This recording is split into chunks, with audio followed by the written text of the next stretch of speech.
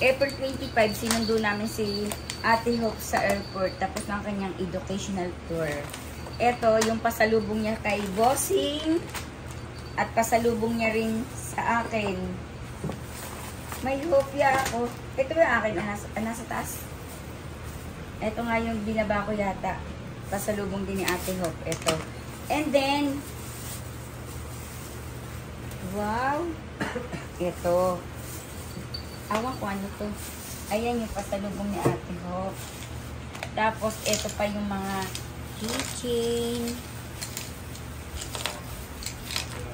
Ayan yung mga dala niya. Ayan. Mga pasalubong niya. Magnetic sa ref. Ayan. Cute. Ayan. Ito. Buksan ko nga ano ba to.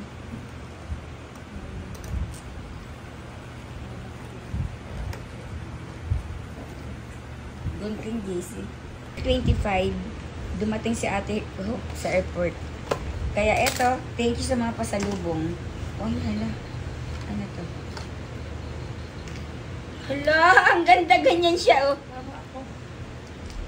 May price tag pa pala.